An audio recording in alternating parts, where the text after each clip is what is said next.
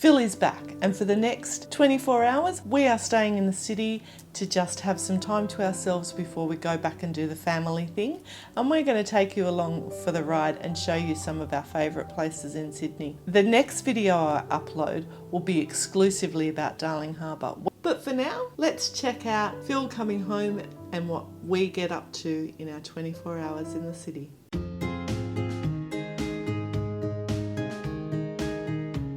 To say I was excited about today was an understatement. I wish I could chill like Santa, but I arrived at Darling Harbour in time for lunch, did a bit of exploring. I always think seagulls look impatient, and I was probably feeling a bit impatient, but wandering around is always a great way to fill in the time. When we come and stay overnight on fly-in date nights, we quite often stay around Darling Harbour at the Holiday Inn. That was quite a nice hotel as well.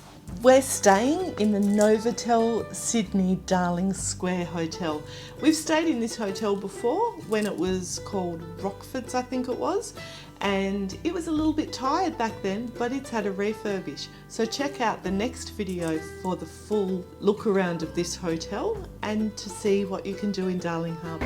So our hotel room is somewhere on that wall. We're on the 6th floor. Novotel have done a great job doing this hotel up, and the view over the Chinese Friendship Gardens was a bonus. So was the bubbly. I'm all set, and I'm going to go and head over to the airport to go and meet my man. Leaving the hotel, I caught the light rail up to Central. I really love the main concourse area at Central Station. From there you can catch the CountryLink trains or the interstate trains, including ours to home, and then down the escalator we get to the suburban trains and, more importantly for today, the airport line. There are 2 stations for the airport, one at the domestic airport and one at the international. This could almost make up for not going on an overseas holiday. Phil's on that plane.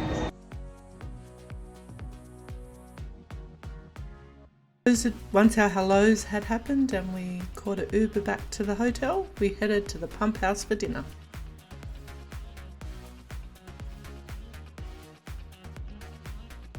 With our schnitzels ready to be devoured, we enjoyed the ambience. It was a little bit noisy this time, but it was still a lovely meal and we love the Pumphouse. It also helps that it's connected to the hotel, so we didn't have to walk too far. There's been lots of redevelopment going on, and part of that was this little mall area with these fantastic decorations. We enjoyed walking hand in hand, taking in some of the sights and nightlife, and again our view from the window. Welcome home. Thank you. How did you find your night, apart from the fact that you've got a very sore neck? How did you find the Novotel? Lovely, it was good. Excellent. Really. Well, we're about to go and have breakfast and explore a bit of the city. We'll catch you on the ride. Our plan was to enjoy breakfast at Darling Harbour, but due to COVID, nothing was open. So we boarded the light rail again and headed straight to the QVB, which was our main stop for the day. Being dropped off at the front door of the Queen Victoria building was a real treat. Should we find breakfast? Yeah, we should find breakfast. I'm very hungry. Coffee. I need coffee. We're going to have breakfast at the Palace Tea Rooms. We've actually eaten here before a few years ago. With construction starting in 1893, this Federation Romanesque building is amazing. I've got a Eggs Benedict and a coffee. Phil's got a, what's that?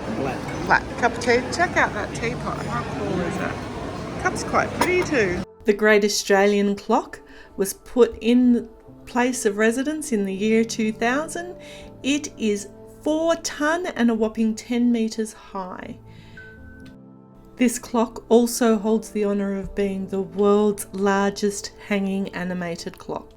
We can't miss the window display at the Hobbyco toy store either. Love that train set. The Royal Clock is another great feature dating back to the 1980s.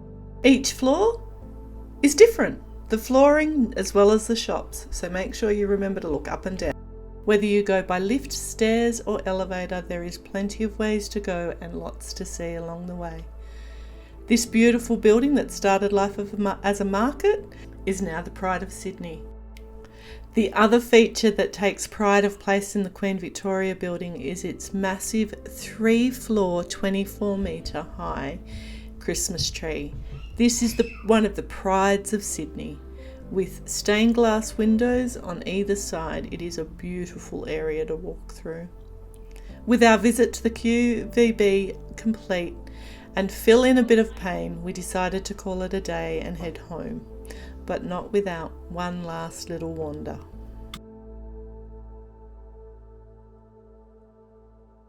We'd planned to eat in Chinatown for lunch, but after having such a late filling breakfast, we decided to just walk up the street and take in a bit of the ambience.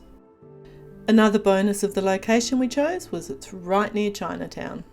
If you liked what you saw today, why not hit the like and subscribe button? Hit that little bell so you'll be notified of our upcoming videos. Why not share our content with a friend? If you hit the like, if you hit subscribe, if you share it, if you comment, all of that helps YouTube to say that we're doing content worth engaging with. As always, thanks for joining us. Travel brilliantly. Bye.